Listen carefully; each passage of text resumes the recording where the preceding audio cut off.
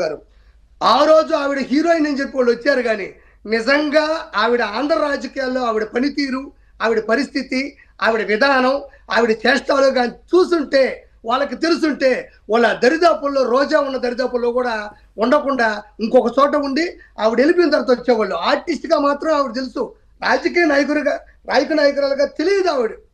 కాబట్టి వాళ్ళు ఎగబట్టడం జరిగింది తప్ప ఈవిడ చేసిన కంపు రాజకీయాలు, ఈవిడ ఋషికొండ మీద 500 కోట్లు పెట్టి అన్న మంచి భవనం కడితే ప్యాలెస్తో దానికి మన ఏదైతే టూరిజంలో ఉందో ఇమ్మీడియట్లీ సంతకం పెట్టేసింది.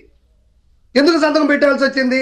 అవి టూరిజం క్యాబినెట్ మినిస్టర్ కాబట్టి ఎవరికి తెలియకుండా సంతకాలు పెట్టి వీళ్ళే మైకులు పెట్టి వీళ్ళే కెమెరాలు పెట్టుకుని వీళ్ళే కొబ్బరికాయలు కొట్టి క్షమించాలి.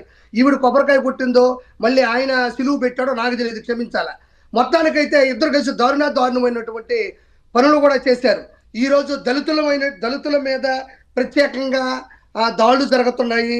లేకపోతే మీరు చక్కని మాట చెప్పారు ఇందాక, ఈమె సూర్యలంక బీచ్ దగ్గర